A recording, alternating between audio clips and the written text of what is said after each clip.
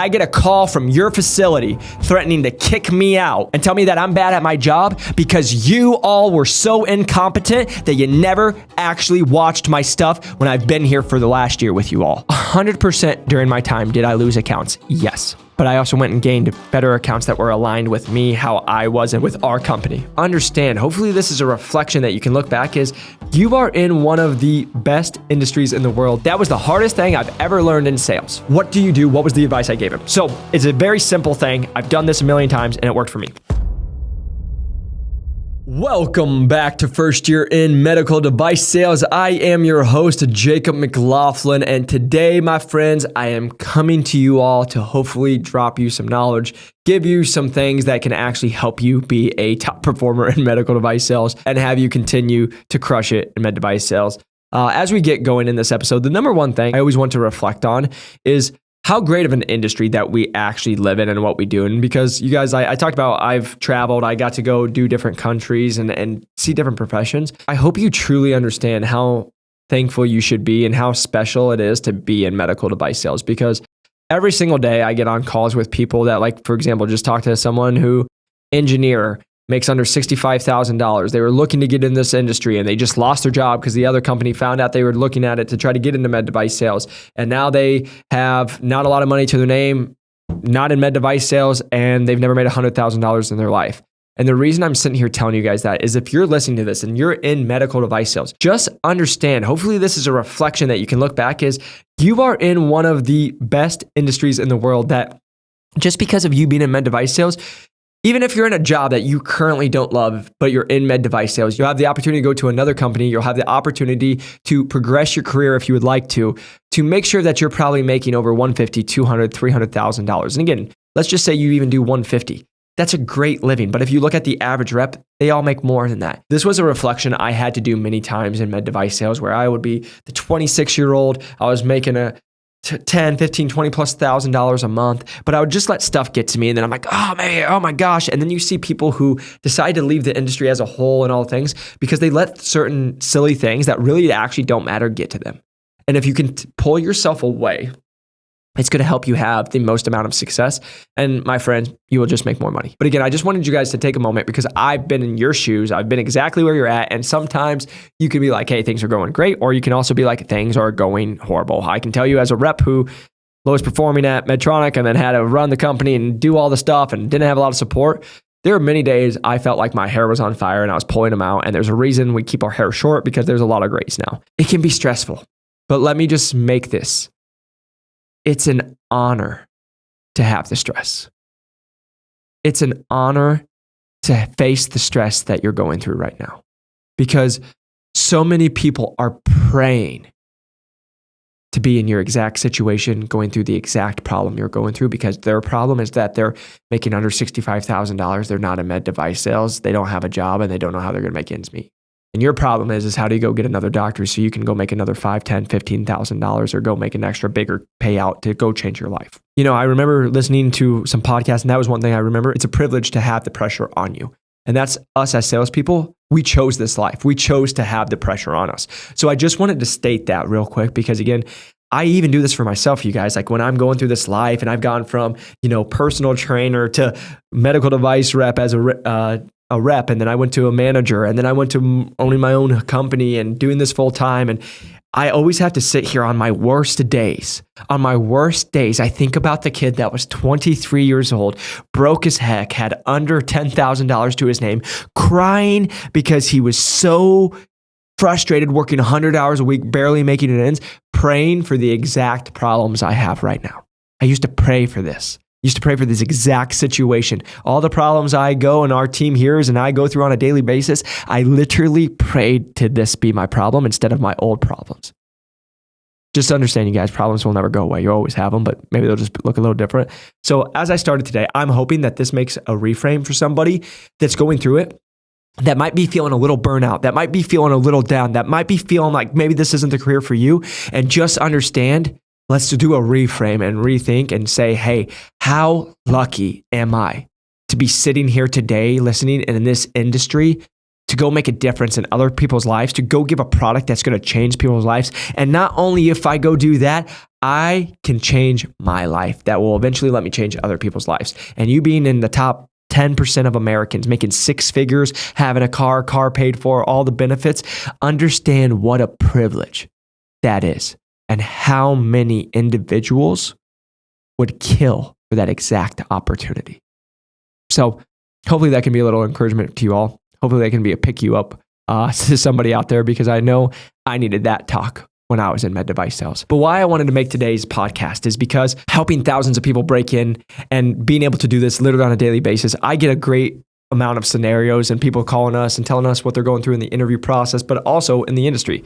Well, as you all know, many med device companies will like to give scenarios. And so one of our people got placed a scenario and they were asking how would they handle it. And the best part is I got to talk to him because I've been in that exact same scenario in medical device sales and gone through it. And I wanted to talk you all through my advice to him, but also the tips that I would also give to make sure that you have a long-term success in that industry, in that division, and in that territory. And so let's talk about it a little bit. The scenario was you have Dr. A. Dr. A is your biggest client or your biggest surgeon. They bring in the most amount of revenue and they are at this hospital. Then you have Dr. B.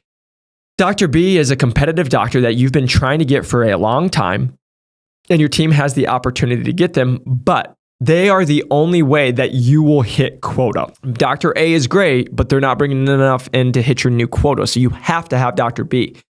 After a long time, you finally got the opportunity to have a lunch with Dr. B because you did your things that you're supposed to. You're outside getting ready to walk into the hospital to go have that meeting with Dr. B that you've worked on for a long time.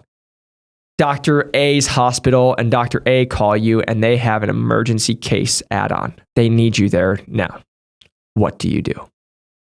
All right, so now that we just set the scene for you all, just so you know, I have been in the exact same situation. I've been there plenty of times, and as somebody who ran 2 states as one rep, and then I had to help with a 3rd state, and then was the only rep in that territory, getting calls from literally every person, every human being wanted my attention, wanted my time, and they all would threaten to me if I wasn't there that they would take their business elsewhere.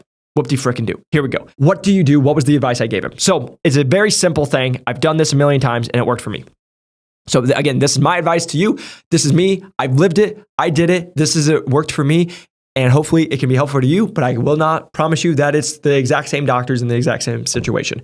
But I've yet to see somebody go through this and do what I've told them and then it didn't work out. So let me just tell you this. Number 1, are you going to cancel on Dr. B? Heck no. Why not? Because that is the only way you are hitting quota. Right? So you could stay with Dr. A and do everything. And yes, he's your biggest customer and he does everything. But even at the best case scenario, he's not hitting quota for you. So that tells you and your company, you have to go outside and get somebody else. Right? So that's number 1. So you have to be there. But what do you do when people call you and say, I need you right now? Right? Whether it's an emergency case or in many times in my territory, a surgery scheduler not letting me know, another surgery scheduler not letting me know, because usually you have the physician's surgery scheduler let you know, and then you have the hospital surgery scheduler or GYN or whoever coordinator that I was a part of, like that division. But any division or any specialty coordinator is supposed to reach out to you. They're supposed to confirm with you on both ends. So you put it in your calendar, you're like, I can be there, I can't be there, whatever it is. And then you're going to be there. So many times I got it to where I'd get a call and they're like, we have a case starting in 5 minutes. Where the heck are you at? And I'm like, well, I'm 2 hours away because I didn't know about this because literally nobody told me. And then they would be all frustrated in all the conversations, right? Physician A, I need you here. I have a case. You're my top rep. We need you here. Now you need to go to the meeting. So let me just tell you how this plays out. You go to the meeting with physician B. You're going to do that. You have to have it. But you have it scheduled for 45 minutes. So you're going to give yourself an hour. Let's say hospital A is 15 minutes away from where you're currently at. If this all goes well, and it takes an hour, and a lot of times it'll be quicker, but if it took an hour and then you got in your car and you got there, you'd get there in about an hour and 15. Well, when I got on the calls and they're freaking out, and they're like, Jacob, we need you right now. You have to be here. This is the only way we get the surgery. It will be like, hey guys, thank you so much for calling me. I really appreciate it. And I'm going to let you know that I will be there, but I unfortunately am an hour and a half away, even if I left right now. I didn't know about this case. If this case was an add-on or whatever, it was it. So I can be there. And I promise you, I'll come. I'll drop everything I'm doing. I'm supposed to be in another case. I will drop my case that I'm currently supposed to go into. and let them know that I have to go because you're my top doc, but I'm physically an hour and a half away. There's nothing else I can do. I will speed as fast as I can without getting a speeding ticket that will put me in jail. But I need an hour and a half to get to where you at. Two things are going to either happen, my friends. Number one, they will either say, oh my gosh, what the heck? They'll get all pissed off and they'll do all this stuff, but then they'll say, okay, sounds great. Let us know if you get here earlier. Or you'll get number two, who's like, they're already under anesthesia. We can't do that. That's not safe to the patient. Do all the stuff. Well, then that's the tough call. And let me just have you guys all hear my heart while you say it is, guys, I physically can't do it. I'm actually supposed to be in another case. I can't do a FaceTime right now. I can only either be there or you guys are going to have to go without me. What is your call? Right? I will just sit here and tell you from experience, majority of the time, if they absolutely need you, the surgeon will wait. Even if it's an hour and a half, they'll put another surgery in, they'll get all the stuff. But they are like, nope, we have no time. We go. Well, guess what the best part of having Surgeon A is? They are a gosh darn expert who's done 1 million of your cases. They do it all the time. And they are, guess what, going to be able to do? Do the case without you. Heck yeah. Now, let me bring it over to B. You're going to go in, and this is how you would play it out, is you're going to go in, they're going to be mad at you either way. Just so you know, med device sales is literally why we get paid so much, is they just yell at you all the time. Whether you're happy or not, they're just yelling at you, oh my gosh, we need you here now, all this stuff. But you tell them an hour and a half, give yourself a buffer. You go crush that deal and close that doctor to get a trial and get more cases or to have another meeting because you're good at what you do. So you go crush that. Then you get in your car and you speed on over there. But guess what? You're going to show up in an hour or an hour and 15. And even if you're on an hour and 30 minutes, you kept it in the timeline that you said. But let's say you get there, meeting took you 40 minutes, you got done, you ran to your car, you got in, and you in an hour and 10 minutes are in scrubs in the OR looking like a hero. And you said, I don't know how I did it. I shaved off 20 minutes and here we are. Let's get this case going. You're going to look like a freaking hero because they're like, oh my gosh, you are committed. But let's say it doesn't go that way. You don't get to do it and they don't thank you. They went without you. Well, guess what? You're going to go do that stuff. Well, from experience, most of the time the cases go longer. So I'm going to go there either way, especially if I can be within that time. But with that said, is what's going to happen is I was part of a division that had cases that were usually under 30 minutes, 45 minutes. So they're not going to be that long. But just so you know, I would either walk in and the case would be going and then I could go help put out any fires that were started or going already, or you're going to meet the doctor at the end. When they come out, they're doing their notes, okay? So hear me out on this.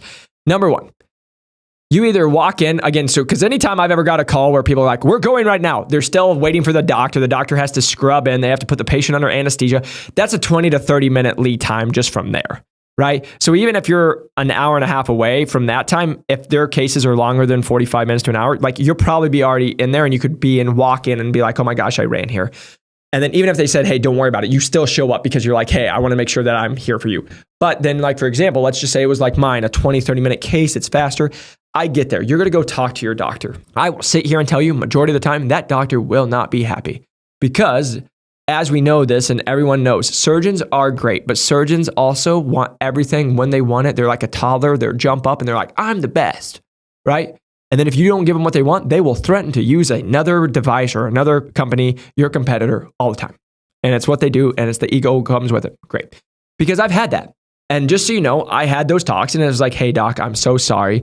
And then they're going to ream you for a second and tell you, you should have been here. I don't know, blah, blah, blah. I'll just use your competitor. And he'll be like, doc, I'm so sorry. I really am apologetic that it's there. But doc, can I just be transparent? Have you ever got a call when you're an hour and a half away from somebody somewhere and they need you right there? Is there anything you physically can do? No? Doc, that was the situation I was literally just put in. Because a lot of times, just so you guys know, the nurses and all the people, they won't relay the actual stuff. They're just back. The rep's decided not to show up. The surgeon got no information, right? You need to be like, doc, I was an hour and a half away doing an in-service or doing another case or whatever it is. And I got a call out of nowhere because I didn't get a call from the surgery schedulers or whatever to know about this case, or this was an emergency add-on. I tried to be available, but I couldn't be here. There's physically nothing I could have done. And I stopped everything I was doing to be here right now. Usually that by itself, just so you guys know, will get them to be like, hey, Jacob, I get it. Thank you so much for making a point to come here. But again, I've also had it where let's just say this. I had a doctor that was a top doc and I had to walk away for me to go grow the business. But she was doing literally cases every single day. She was the highest volume. But for me to actually go and hit the quota that I just had gotten was like, I need to leave and go do other cases. And then like when I said, hey doc, I'm going to be needing to go over, she's like, that's fine. When you're not here, I'll just use your competitor. And then I just looked at her because again, guys, they will do that. They will threaten it. This is where you as a rep, just so you guys know, you're not doing this in your first 3 to 6 months. You have to build the relationship. But after 6, 12 months that you've built the relationship, you've shown that you're an asset, that you've shown that you come in, you say, doc, really? Yeah, I'm going to just use everything. And I'll be like, doc, okay, just first off, if that's what you have to do, I understand. But can I just ask you a question? Sure. Okay. Doc, can you see people when you're doing surgery and in the office at the same time? You'll see them smile usually, but they'll be like, no. Doc, just like I can't be 2 places at once. And guess what? You and every other surgeon that I work with is wanting me at their case. But doc, just so you know, my goal is to be giving the best possible patient care. I've been with you and you are by far the best doctor and surgeon I've worked with. Pat the ego a little bit. You are the best surgeon I've ever worked with. Now, doc, I want to be here for every case, but also just so you know, you've got 5 years, 8 years, 12 years with this and you have it and I've been it and I trust that you could do this without me. But I have doctors coming out of residency. I have doctors that are coming out and they've never used our device. And for me to give the best patient care, I need to be there and help them because you're already an expert, doc. Like I've been with you and I've been in this account. I've serviced every nurse and scrub tech and all the people where they know. You guys are on autopilot. You're my top doc and we're doing so much volume with you. That's for you reps to know that. That's when they give you any pushback, you know that because you should have done that if they're your top doc and your top account. And then just so you know, I've used this line so many freaking times. Doc, does one customer give you all your salary for the year? Nope. So do you have to see other patients? Yep. Yeah, doc, well, just so you know, just this hospital and you guys doesn't hit my quota. And even though I wish I could just spend my time with you guys and you just got 20 more cases and I could spend it here, unfortunately it doesn't. And so just like yourself where you can't see both people at times and all the stuff, I can't be at 2 places at once and I still have mouths to feed. I have to go and I also have to give the best patient care. Just so you guys know, that last line I used, that's like way out there. And that's me joking around when I had a good relationship with people and that was like later in the conversation. But really just having that conversation is like, hey, you pad their ego. You say, you're the best doc I ever had. Other people aren't getting it. And doc, you could teach people on this. And they usually are like, okay. But just so you know, when you tell somebody that they can't have their way, they're going to throw a fit. They're going to be like, I'm going to just use your competitor. But then if you have a real conversation, that's not you saying I'm never going to be at your cases. But that just means instead of me doing 5 cases with you a week, maybe I'm doing 2 to 3 cases with you a week. That gives me another 2 or 3 days to go get new business. Right? But I will just sit here and tell you, and this is the talk I had with the rep that I talked to yesterday. At some point when you guys are in med device sales, you are going to get tested, which that's what it is, and you have to put your foot down. I'll just sit here and tell you the best advice. You guys have seen some of the old podcasts, but like one of the reps that I had for Medtronic when I was going through a process, I'll never forget. I got in a conversation and then we had to have my manager come in with the hospitals and all this stuff. Because I was pushing the limit and we got the deal done, but like it pushed the limit where they brought in my manager and all this stuff. And I'll never forget what he sat there and told me because my managers really didn't help me. They didn't give me feedback. They sided with the side of the hospital, put me in a real weird position. But the rep that I knew that had 10 plus years experience, had been a President Club winner and all this stuff. He looked at me and he said, Jake, just so you know, man, the fact that you had this meeting or you're in a conversation shows why you're a top rep. Because if you're never getting in trouble, if you're never pushing the line, you ain't doing your job. And that never left me because again, just so you guys know, if you guys always are the person jump and they say jump and you say how high, you're going to be miserable as a rep. You're going to be the one who can't take vacations even though you can. You're going to be the person who's like, if I leave, they're going to go with my competitor. But that just is because you haven't had the hard conversations. Because I'll just sit here and tell you guys last little piece because this is a real life experience. I'll never forget with my top account where I was at literally every day that they had a bunch of my doctors there. That doctor I just mentioned was one of the doctors there, but I had it. And I had been there for a year nonstop, made my way of showing value, did everything. Everybody loved me. They all knew my name. I had been there. Whenever they texted me, I responded back. I was always there, right? And I decided to go see my nephew that I hadn't seen in over a year because I took this med device sales job. And I went back to Iowa. And I let everyone know for 3 weeks I was leaving. I wasn't going to be there. I did in-services. I put on a recording so they could see it if I wasn't there. I let every doctor know. And they all said, great. And I went for a long weekend. And the day that case went, the GYN coordinator called me more mad than anything, threatened to kick me out, and that they weren't going to use me because I wasn't at this case. I called an immediate in-service the next week. I showed up there and I did an in-service for everybody. But just so you know, I wasn't like, Jacob, let's do this in Medtronic and all the stuff. I was like, can you put blue to blue? Great, you can run this machine. Can you match yellow to yellow? Great, you can run this machine. Can you count 1, 2, 3, 4? Great, you can run this machine. And then I sat there in front of every single nurse, 65 plus people in that surgery center with nurses and then the surgical tech companies and the stinking coordinators. And I sat there and I said, guys, I want to sit here and tell you for the last year, you all have got the opportunity to meet me, know my character, and see the professional I've been. And I've always made my spot here. I've always done what you guys need me to. And I'm just going to sit here and let you know that I made it very clear that you all knew I was leaving for the last 3 weeks. And you can all say yes, because I've done it. I made it very well known. And it is absolute crap that I, for the first time in 1 year, I've been here every day for 1 year, wanted to go see my nephew, that I get a call from your facility threatening to kick me out and use my competitor and tell me that I'm bad at my job because you all were so incompetent that you never actually watched my stuff when I've been here for the last year with you all. And to threaten to kick me out, I'm pretty sure, just so you all know, is a nice violation of any policy that you guys know that you're trying to hold me hostage that I do. Because I'll just ask you this. Do any of you get to go take a vacation? Do any of you get to go? And I asked the coordinator who threatened me, do you ever get to go take a vacation? Yeah, you do, because you ain't here on Fridays. So is that fair to me as the rep when I'm only been supportive to every single one of you? To have you guys threaten to kick me out because I went home to spend time with my nephew who's 3 years old, who I'll never get to see grow up again because you all can't count to 4 and match 4 colors? I got done with that in-service, my friends. I had 4 nurses come to me and say, that was amazing. We've never had people tell us how stupid we are. Thank you. Just so you know, none of my cases went away. My volume actually went up. I got people who actually respected me after that meeting. And then I got calls about cases that were going that the other people didn't show up for, AKA competitors, and they let me know. The reason I'm sitting here telling you guys, if you ever have companies or people that hold you hostage or they say that you can't do this, first off, put your foot down after you've provided value. For the love of God, if you are in the first 6 months, do not do that. They will kick you out, eat you up, and chew you out and spit you out faster than you've ever seen it. But once you've proven yourself for after a year, you got to stand up for yourself, because otherwise you're going to be like all these other reps that I see that have been in for 5, 10, 15, 20 years. I can't take a vacation because if I do that, they'll use my competitor, and now I won't have the income, and I've got this lifestyle that I have to support. It goes on.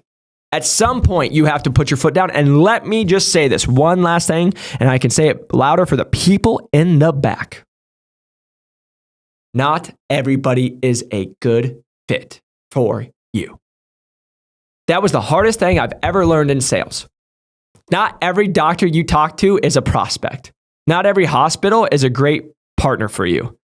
Because we've gotten people who, again, usually your smallest accounts are your biggest headaches. Just understand that. Oh yeah, these people do $20,000, $30,000, but yeah, I got a giant who's doing $600,000. Well, guess what? The giant's way easier than this $20,000, $30,000. They never listen to our stuff, all the things. Well, guess what? If I just got one more doctor that's doing that to $600,000, it'd be $620,000 to $640,000. It actually is easier, less time, and I would have more success at this big account than I would at this small one. So I just want you all to know that 100% during my time, did I lose accounts? Yes. But I also went and gained better accounts that were aligned with me, how I was, and with our company. So I want you all to hear me, because the people that are always chasing their tails in med device sales in any kind of sales industry are the people who are like, prospect, I gotta go get this prospect, all this prospects everywhere. Not everyone's a good freaking fit for you and your company. Because here's why. I've worked with a lot of entrepreneurs. I worked with a lot of sales coaches. I've worked with a lot of people to get to this place. If you want to have success, whether it's in sales, whether it's in life, whether it's in just relationship, you got to learn to say no, and you have to have boundaries. because otherwise you're a pushover. When I say this to all of you, earn the respect. For the first 6 to 12 months, be the little golden retriever wagging your tail. People are rude to you and you just shake your butt and you're smiling. But I told this guy that I told in this scenario, after a year, you actually got to be a rep. And most reps get told how to jump and then they ask how high. But some reps, at some point, you got to say, I ain't jumping right now. I got other things going on, but I'll come back. Welcome to why most reps can't be successful in the industry, because again, they try to juggle too many things at once, say yes to everybody. For you, you got to do it. And let me just say this from the bottom of my heart. If you worked with Dr. A and Dr. A said screw you and then stopped using you because you decided to help Dr. B and they want to understand that you were an hour and a half away and you physically couldn't get there, it was never going to work out with Dr. A, because guess what? You never were going to hit quota and eventually you just get fired anyway. At some point, you got to choose your battle. And at that point, you're either going to have Dr. A, who's a really great friend and does all the stuff and you absolutely love and you can keep going and you can have a real conversation and now they respect you and you see peer to peer. Or they're going to tell you to go screw off. They're going to go use your competitor. And guess what? If I'm that rep, if that happens to me, sounds good, man. I'm going to go get Dr. B and then I'll go get a Dr. C and D. I'm a rep. I'm made to sell. I'm made to go get new business. And at any point they don't align with me, again, guys, I'm not saying to go fire accounts and all this stuff, because we all know in med device sales, you need accounts, you've had experiences. But like, for example, if you're having people that are literally trying to hold you hostage, not allow you, like, again, let me just make that really clear. If you didn't leave Dr. A at any point, you won't hit quota anywhere because they already told you it would never happen. They're locked. So again, what's going to happen? You don't hit quota for a year, 2 years, 3 years. Company's going to keep you? Heck no. So just understand, at some point, it's the strategic piece of it. It's like, yeah, I'll go get Dr. B, but guess what? If I just stayed at Dr. A and just made him happy all the time, I was going to lose my job anyway, because I'm not going to hit quota anyway.